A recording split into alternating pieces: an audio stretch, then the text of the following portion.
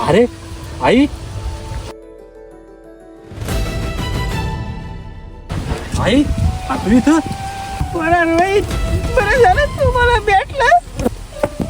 परा घरी मी गेले, फोन 2-3 बारा लावले, पण सुनबाईनं सांगितलं तू घरी नाही म्हणून. परा लहान भावाची तब्येत लई खराब आहे, डॉक्टरनं सांगितलं हे आता वाचू शकत नाही.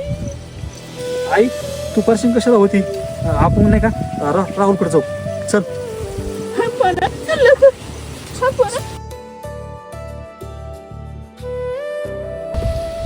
परा भावाची पण तब्येत किती खराब आहे. आई एवढं सगळं झालं आणि तो मला सांगितलं पण नाही.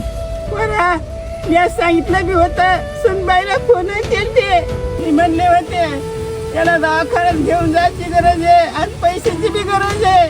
2-3 बारा घरी गेलते, सुनबाईने तुला सांगितलं नाही तर सांगितलं घरी नाही म्हणून, शहरात कामाला गेला म्हणून. परा दररोजा पैसे मी उभी होते, तर लगेच सुनबाईने दररोजा फोन केलं. आई तू घाबरू नको, आपल्या राहुलला काहीच होणार नाही. आपण काय करू, राहुलला चांगल्या हॉस्पिटलला घेऊन जाऊ.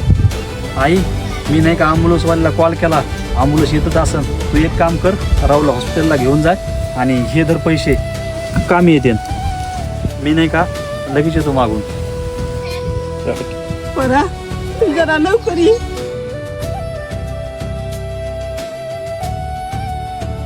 आहो तुम्ही आले.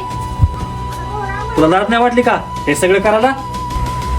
आहो पण मी केलं तरी का?